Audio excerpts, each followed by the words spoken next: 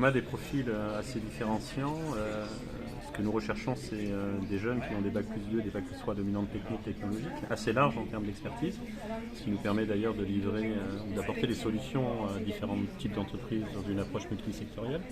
Donc on va aussi bien retrouver des personnes qui ont des dominances dans le génie mécanique, dans l'électricité, dans l'automatisme, dans l'organisation industrielle, dans la qualité, dans la chimie. Et après, nous allons apporter des briques de compétences complémentaires pour pouvoir développer chez eux et les façonner à nos métiers. Il y a plusieurs solutions en effet d'embauche. Évidemment, certaines entreprises souhaitent poursuivre avec eux et donc il y a une continuité en effet d'embauche dans les entreprises dans lesquelles ils ont fait leur apprentissage. Certains souhaitent évoluer dans d'autres organisations.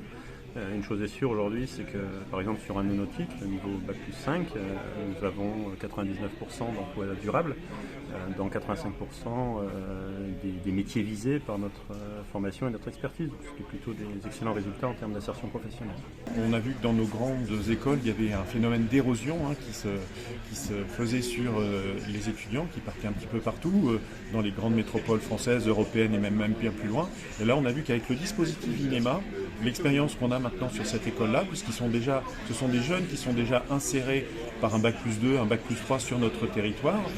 Donc ils ont déjà un lieu de vie, ils ont une entreprise puisqu'ils sont en alternance, ils ont le centre de formation en proximité, dans le quartier Flaubert.